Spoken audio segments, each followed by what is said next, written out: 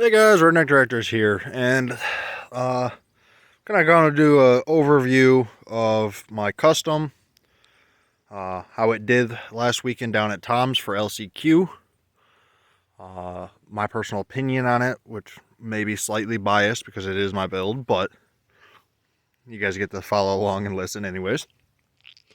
Some changes I want to do to her, and just kind of a couple other random things.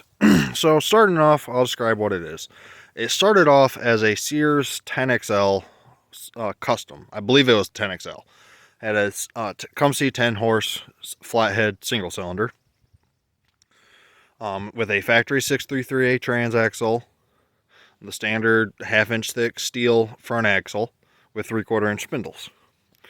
And honestly, there's not all that much left of the tractor, of the original tractor. So obviously the original engine is gone. The rear portion of the frame is gone. Footboards gone. Transaxle gone. Seat gone. Hood sheet metal gone. Front axle gone.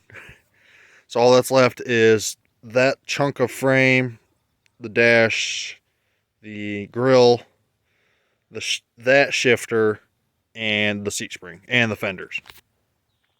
The reason the transaxle is gone is because I already actually had a factory spline transaxle that I had locked, so I just pulled out the keyed axle and dropped the splined axle in, and then I ended up selling the axle that came out of this to Randy Cox for his Sears. So overview of the tractor. That's what was started. The hood is obviously from a Sears 10 horse Suburban. I moved the grill forward about 5 inches to clear the Generac without having to cut the intake and such. But obviously with the Predator 459, the intake's at a different location, so I had to cut it out. But anyways, or maybe it's not a different location, it's just the bolt holes are different. I'm not entirely sure. I just know I had to cut it when I put the 459 in. But I extended the grill about 5 inches. Or moved the grill about forward 5 inches. Was actually coincidentally, here's where the grill supports are attached to.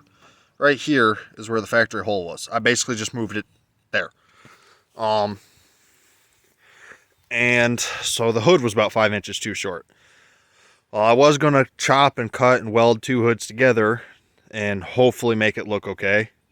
But when I was down in Ohio looking at Donnie Chambers' rig, he's got this same style sheet metal on his hood. I measured it and it's 30 inches. Well, the factory hood on this was 25. So when I came back home, I stopped, grabbed at my old house where I still got some of my parts. I move over here. Walked out back and this was sitting right on my trailer. I grabbed it, brought it home, and it fits perfectly. Obviously, I did have to drill new holes for where the pivot's at because it didn't perfectly line up. But I can't really complain because I don't have to cut and weld anything because I'm not a fan of welding sheet metal. I kind of suck at it. But that's where the hood came from. The seat is the one I had on the Roper. It's a factory seat that's meant for a seat spring, but it's got a single bolt in there, and it gets really in the drop downs that keep it centered on the spring kind of suck. So what I've got is it's kind of a universal seat. So I've got a steel plate bolted to the bottom of it. That's for another seat, and that has a stud that comes down with better locks to hold it in place. So I have that instead. You'll see what I mean here in a second. This plate here, I don't know what it came off of. I think I may have cut it. I think it may have been a hinge bracket for a Sears, and I cut the hinge off, but it works. Started from the front. Well, start from front to rear, I guess. We got a Harbor Freight Badlands 2,500 pound winch. This is obviously their much older version. Zoom in a little bit. But anyways, why is that glare? Holy cow. That is like really glared. Let me back out. 2,500 pound Badlands winch. I had a 35 on it, but the issue is when turning left, the tire would catch it, and it was really bad when it articulated. It doesn't catch when turning, but when articulated and turning, it does catch with the 25, but that's something I'll deal with. And before you say, oh, George, just move it over. No, I gotta have the drum centered. I don't know if it's an OCD thing, because I don't know if I have it, but I have to have it as symmetrical as I possibly can. It's just how I've been. And that's just attached to the front axle mount with some 1x2 square tubing or rectangle.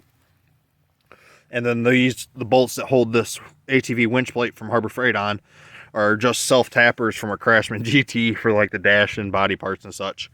I just got them I just drilled the holes out and ran them in with an impact. The front axle and wheels are from a John Deere 240. It is cast iron, 1-inch spindles, super, super beefy. On factory rims, I'm sitting at 39 inches wide, which is damn near perfect. I wish I was a tad bit skinnier, actually, like 38, but I'll live with it.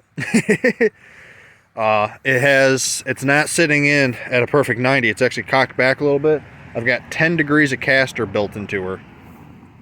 And that's for stability down the road, which it is very stable. Like, let the wheel go and go straight. And I've got steel plates tying everything in, 1/4-inch steel plates to tie everything in, stiffen it all up. And then we have a Predator 459. I am not a Predator guy. This is the first one I've ever ran. It's not a bad engine. They're not bad engines at all. It's just, they're not my thing. I prefer my Generacs.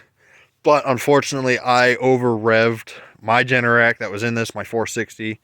I was second gear, high range, hill climbing. Wasn't too steep of a hill. It was just kind of trail hill. And obviously, it was just too easy. I should have either just let off the throttle a little bit or shifted the third, but like 9.5 tenths of the way up the hill, 9.5 out of 10 up the hill, it popped. The exhaust valve floated, smacked the piston, broke off, and utterly destroyed the piston. However, I should, if I get a new piston and exhaust valve, it looks like I can put it back together, because there's a tiny, tiny little mark in the cylinder, and if I remember right, I can't even scratch it with my finger. My fingernail don't catch, and it's toward the top.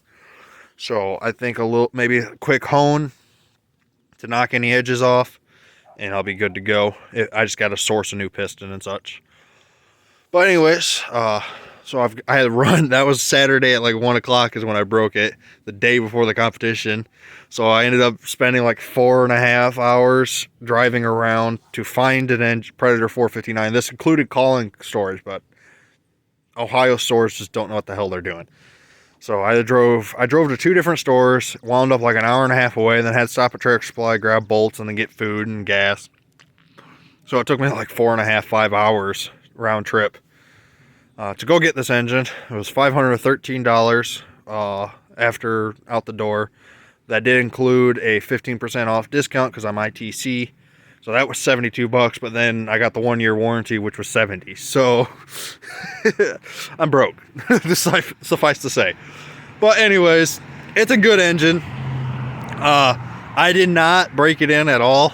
I ripped all the factory stuff off of it, put a spring on took one of the thick governor spring and put it on a way so it just holds the governor really tight to keep the internals together.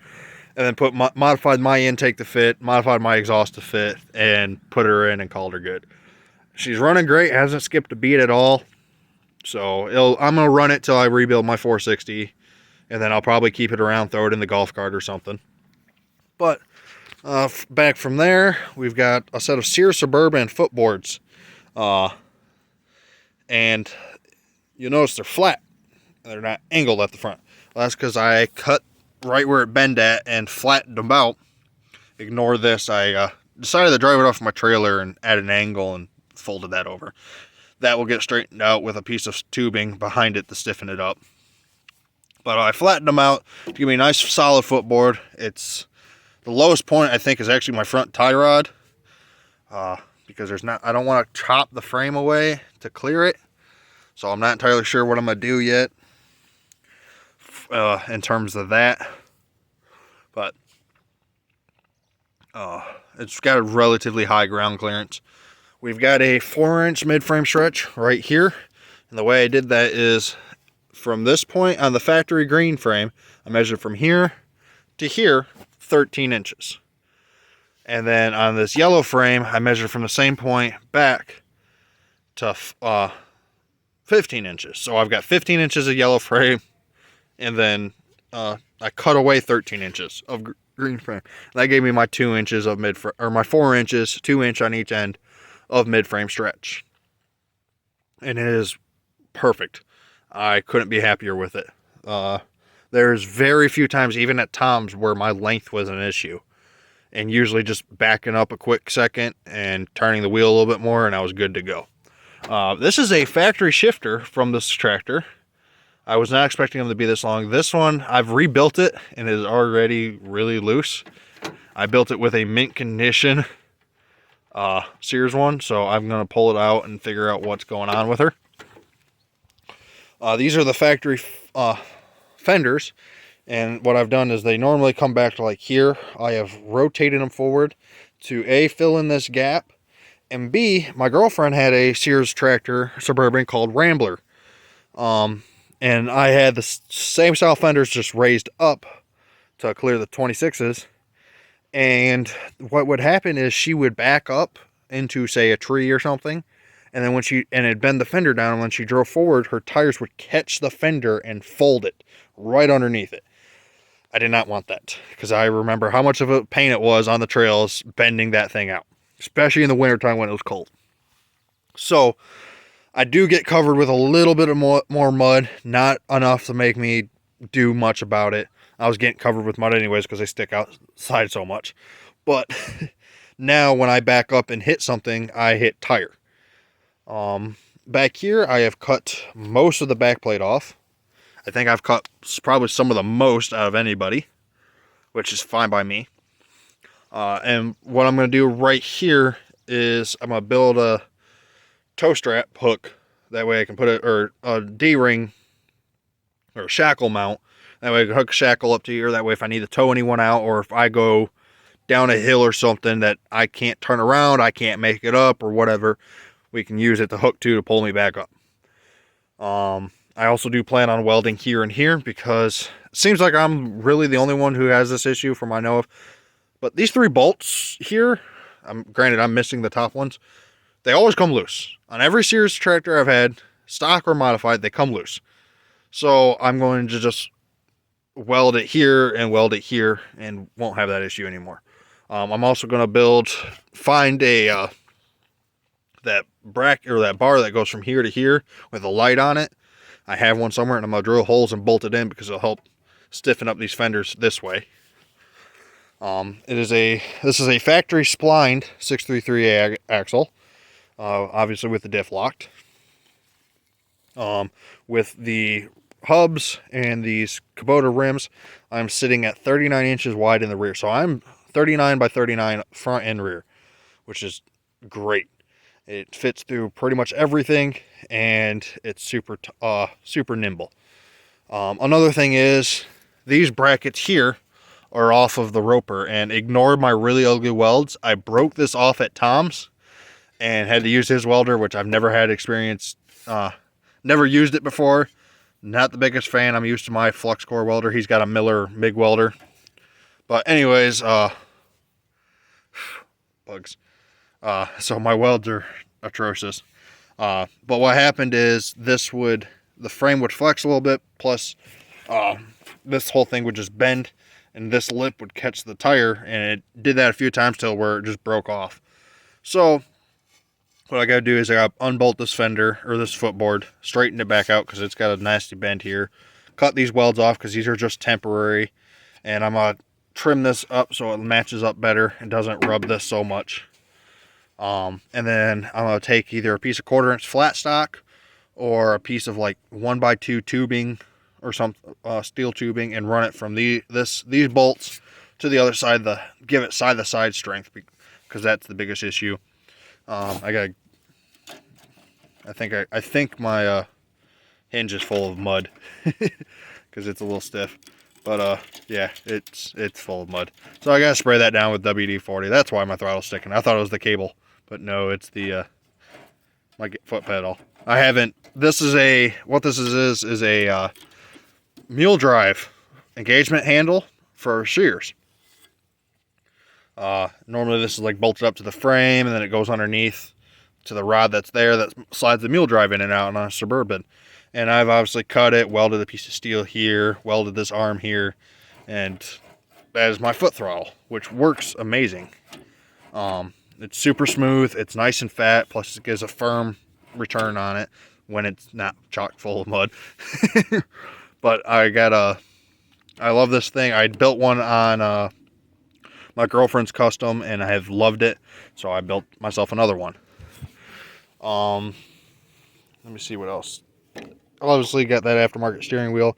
This is on a Lovejoy connector because Tractor Supply didn't have a 3/4 inch pulley hub or sprocket hub when I needed one. And two, these things are like $10 versus when you're at Tractor Supply they're like $20. Side note, if you ever need pulleys or hubs, go to Family Farm and Home if you can. That pulley and hub cost me $20 out the door. That's a 7-inch pulley with a 1-inch bore hub. Tractor Supply wants $20 each. So yeah, fuck Tractor Supply for that stuff. Oh yeah, I missed obviously aluminum shifter hand knobs because you gotta be fancy. Gotta thank Josh Theory for building these. These things are awesome. But you'll also notice there's a high-low shifter there. So what it is I've extended this rod down in here in the middle.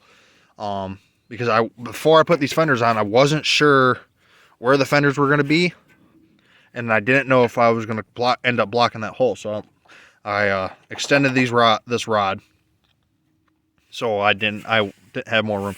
And obviously now I have a ton of room, so I could have left it there and maybe just bent it, but this doesn't give me any issues. Fits nicely there. My foot has a nice big spot right here to rest on, so I think I'm probably just going to leave it. I could put a stock one back in, but I'm not too worried about it. Also, if you're wondering why it's so loose, like right here, normally these have a cotter pin in them, but I'm using this one's a little undersized because mine fell out, but trailer hairpin, and it's mostly for you can easily just pull it out because I tend to go through transaxles. Plus, it was a pain to do the cotter pin and everything, so I just use a trailer hairpin trailer hairpin, and it works great.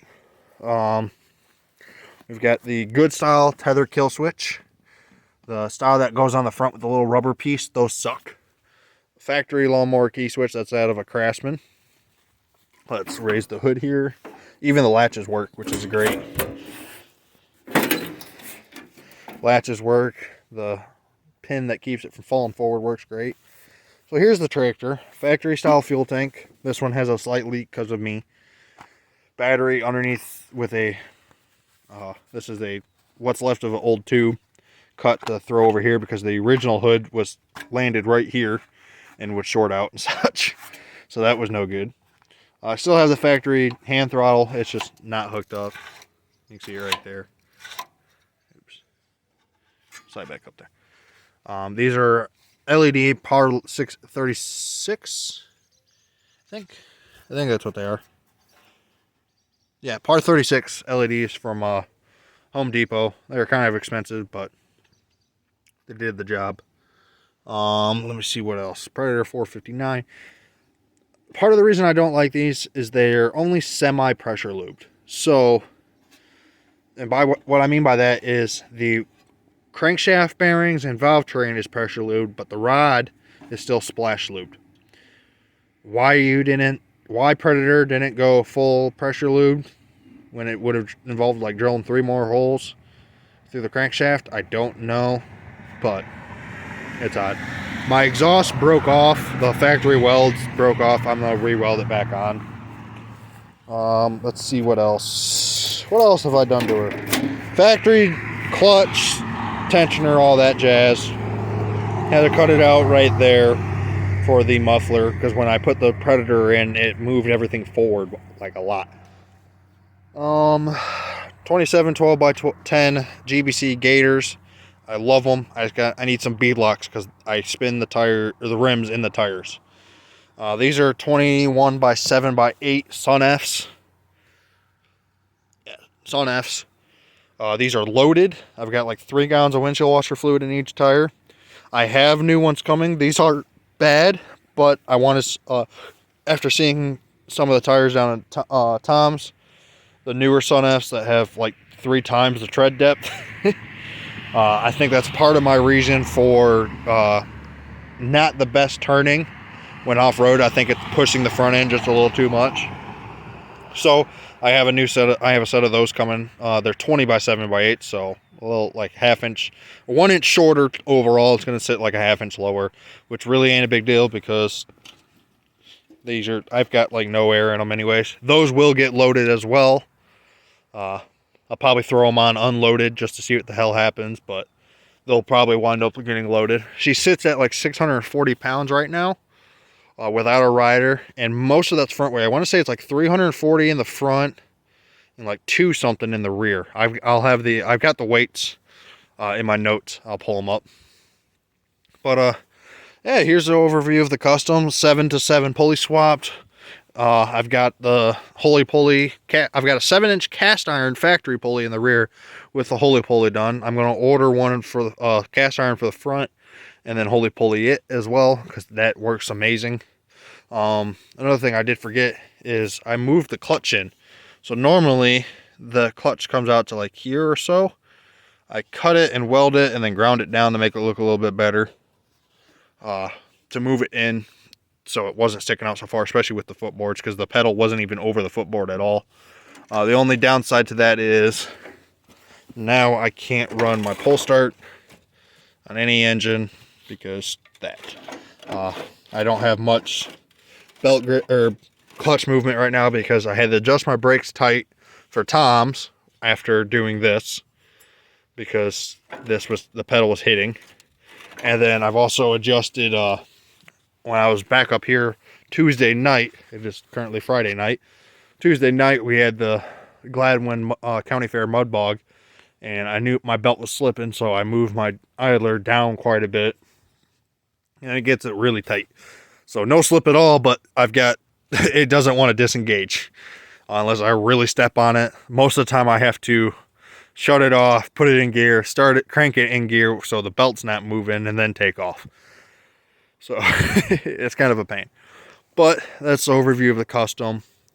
I'm overall very, very happy with the tractor. It is by far my best build to date.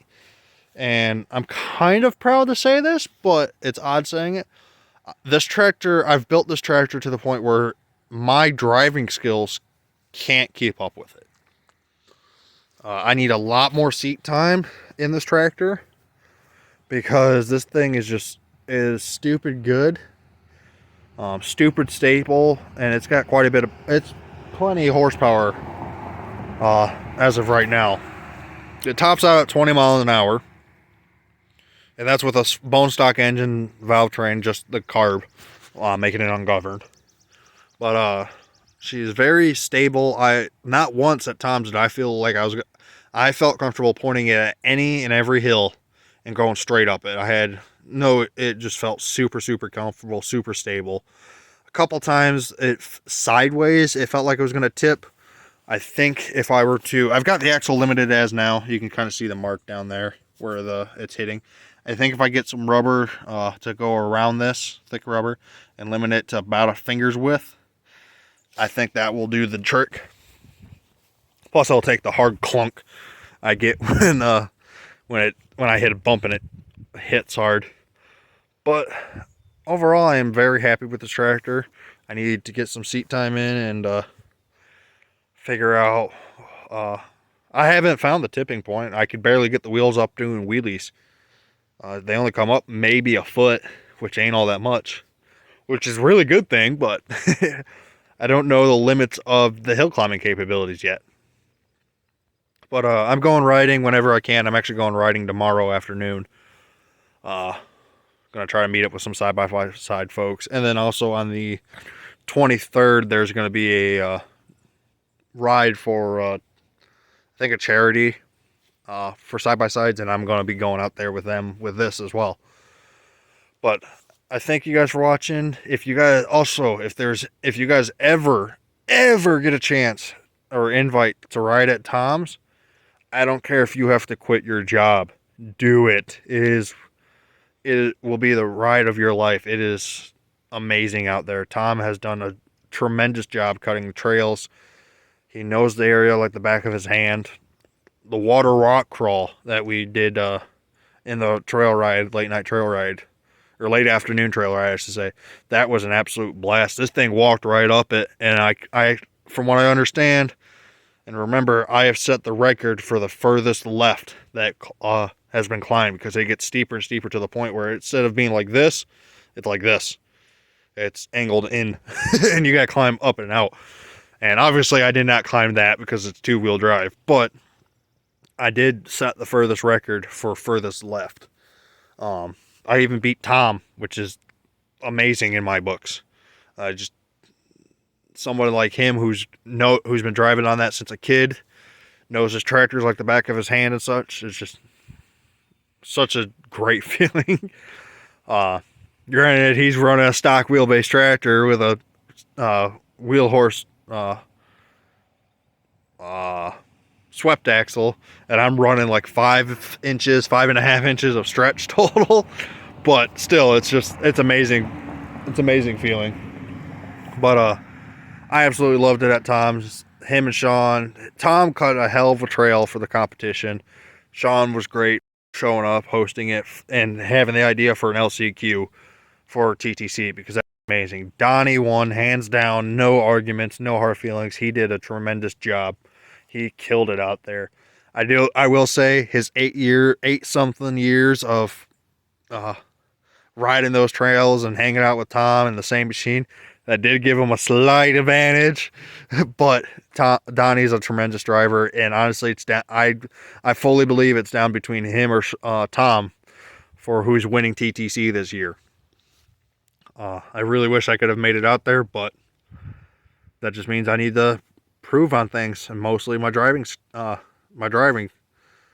thank you guys for watching. I know this is a longer video of me just ranting, but I've been thinking about how what to say and such, because it was such a just great experience down there. But I want to thank you guys again for watching, and I will see you in the next one. Redneck Tractors out.